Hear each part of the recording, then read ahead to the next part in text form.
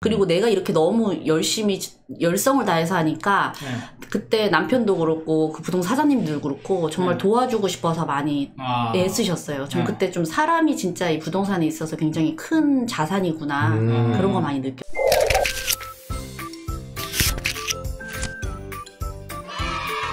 우리 다 그랬어요. 맞아요. 710은 진짜 좀 끔찍했어요. 그래서 애들이 엄마 오늘 저녁 뭐 먹어? 그럼 오늘 엄마한테 말 시키지.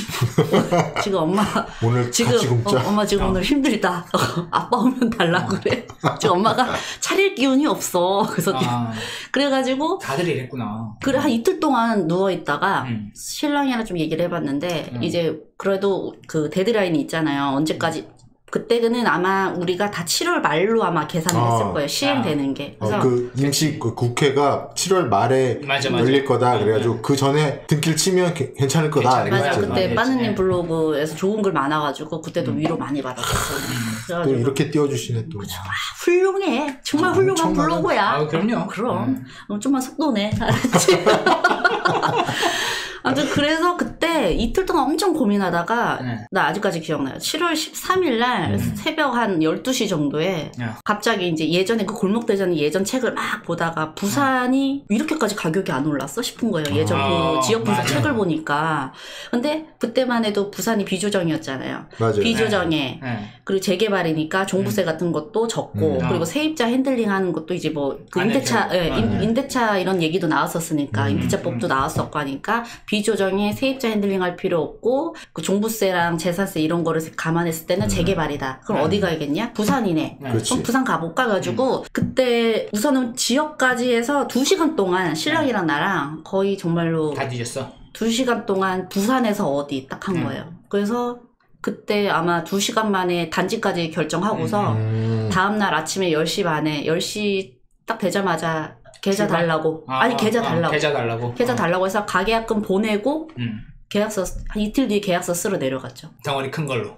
그때는 싼 거죠. 처음에 싼 거고 그 다음 게 원 플러스 원 큰 거. 근데 되게 신기했던 게 우리가 서로 뭐 부산 가자 이렇게 얘기했던 게 아닌데 그 다음에 딱 만나서 딱 어디 샀어요? 그러니까 다 부산을 산 거야. 부산으로 모아졌어. 부산으로 모아졌어. 그러니까 가격이 진짜 부산이 그때 참 매력적이었어요. 너무 좋았죠 그때. 맞아요. 그때 부산이 18년도에 반짝 올랐다가 조정 맞으면서 슉 옆으로 기었거든. 그렇지. 그러면서 규제 풀리고 뭐 이러면서 그때 좀 부산이 확 올라가기 바로 직전의 시기. 맞아. 그러니까 취득세 중과가 아니었으면 제가 그렇게 빨리 움직이거나 이러지는 않았을 텐데 취득세 중과가 아예 그냥 데드라인으로 딱 정해지니까 맞아. 그때 제가 실행력이 봐도 그때 많이 빨라진 것 같고 그냥 맘먹으면 무조건 해야 되는구나 이게 돈이구나 싶었던 게 그때 좀 느꼈던 게 뭐냐면 저한테 매도 파시고 했었던 분들 매도자들이 보니까 같은 부산 내에서 더 상급지 더 큰 거를 이렇게 옮겨가는 걸 보고서 부산은 더 가겠구나. 왜냐면 제가 저한테 다 매도자들이 10년 전에 5천 6천대에 사셔가지고 크게 많이 남기셨네. 그쵸. 그렇게 해서 가시는 거고 막 보통 좀 재밌었던 게 뭐 이분 뭐 배액배상하면 어떡하죠? 이렇게 고민이 되는데 그 부동산 사장님은 그런 걱정 하지 말라고 하지 마이소 그런 걱정 하지 마이소 하지 마라. 이 매도자 이 사람 매도자가 조합장의 조카의 부인인데 그럴 리 없다 이러면서 알았다고. 그래서 그때 좀 그리고 이제 부동산 사장님들도 되게 그 시원시원하시고 그 투자자 마인드들이 좀 다 있으세요. 부산은 사실 기회 땅이죠. 투기꾼. 그리고 확실히 다른 지방은 좀 약간 외지인을 꺼리거나 이런 부동산들이 많은데 부산은 안 그랬던 것 같아요. 부산은 항이거든. 부산 돌아와요. 돌아와요 부산 항해. 죄송합니다. 근데 확실히 부산은 그런 말 하지 마, 알았지? 시청 구독자들은 지금 피구숨을 원한다고. 나 지금 참 수습하고 넘어가고 있었는데 그게 또 사태질하면서 가르치면 어떡해요? 표정이 지금 완전 심각했어요. 지금 얼굴이 안 보여서 지금 나 한 대 맞는 줄 알았어. 네.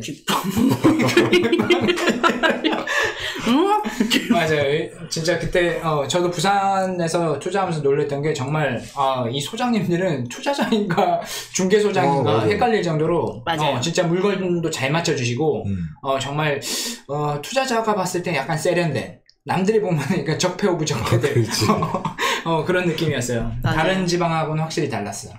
그래서 거기에서도 좀 많이 배우고 그 취득세 그 중간 데드라인 시점이 정해지니까 내가 뭔가 고민을 하는 건 이미 그 전에 끝나놨어야 되는 거고 액션밖에 없는 상황이기 때문에 내가 잘못 액션을 하게 되면 이게 되돌릴 수가 없잖아요. 취득세 그 중간에 있으니까 그때 이제 제가 산 게 촉진 4구역이었는데 왜냐면 그때 제 그 돈에는 촉진 4구역밖에 돈이 안 됐었어요.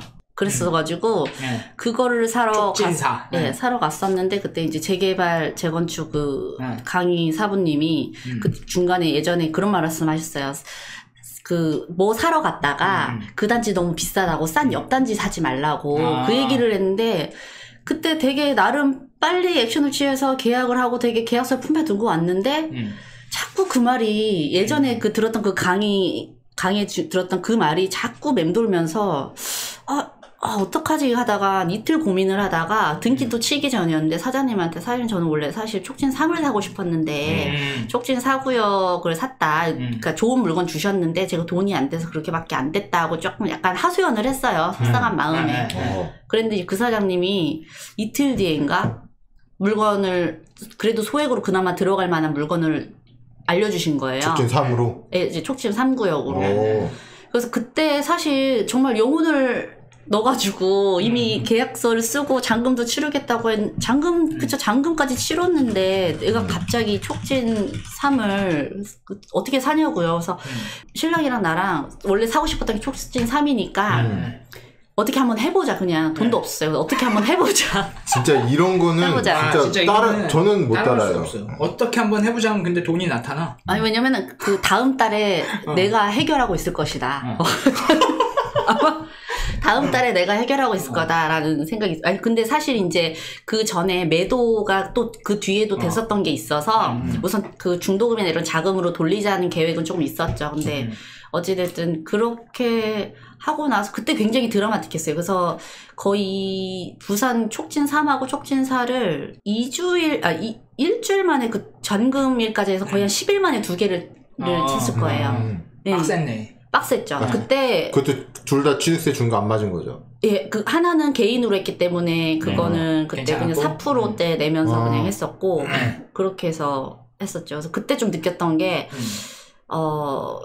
실행력이 진짜 거의 이런 부분에서 있어서는 정말 그 되게 중요한 요소라는 거 느꼈고 그리고 내가 이렇게 너무 열심히 열성을 다해서 하니까 그때 남편도 그렇고 그 부동산 사장님들도 그렇고 정말 도와주고 싶어서 많이 애쓰셨어요. 전 그때 좀 사람이 진짜 이 부동산에 있어서 굉장히 큰 자산이구나 그런 거 많이 느꼈었어요. 예. 되게 지금 휴머니즘 같은 교훈적인 얘기 하고 있잖아. 이쯤 되면 박수. 아니 박수. 잘했네. 아니 근데 매운맛이 아니잖아. 왜 이래? 뭔 매운맛이? 너무 순한 맛이잖아. 사람이 또 계속 매운맛만 하면 좀 싸가지가 또 없지. 또 좋은 얘기도 한번 해주면서 해야 나의 이런 좋은 이미지. 그런 거요? 아니 진짜 나는 몰랐는데 제이님 항상 밝으니까 몰랐어요. 710 때 이렇게 퍼져 있었다라는 게 되게 공감이 되는 게. 퍼져 있었다니요? 누워 있었다니까요? 알았어. 아니 나 710 때는 정말 너무 힘들어가지고. 맞아요.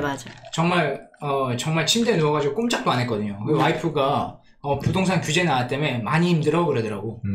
진짜 저는 집에서도 싫은 내색 하나도 안 하잖아. 항상 집에서는 싫은 내색 안 하고 우리한테 엄청 내색을 해. 나 집에서 화도 안 내니까.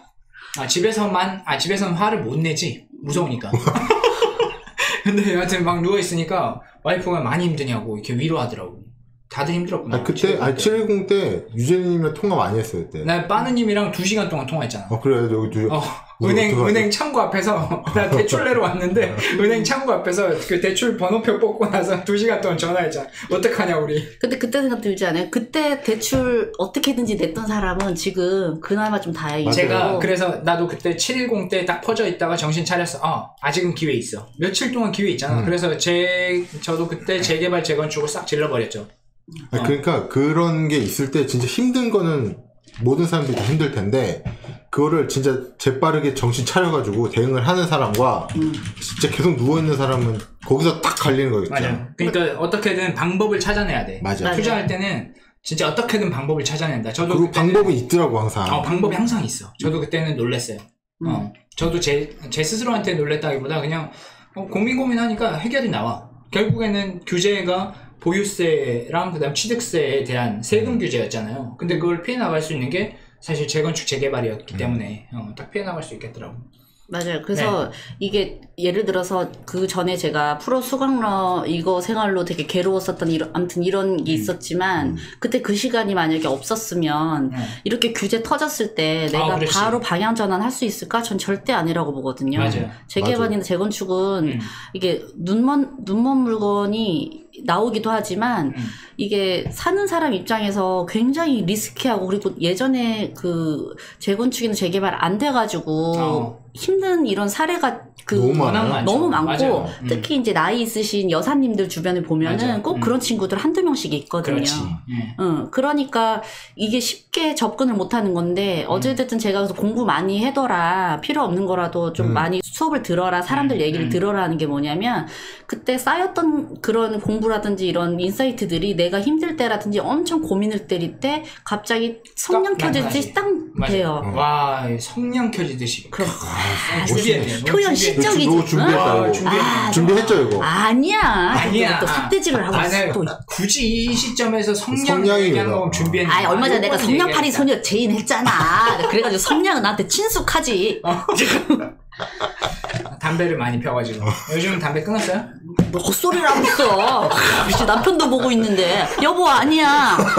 여보 아니야. 나 그런 사람 아닌 거 알지?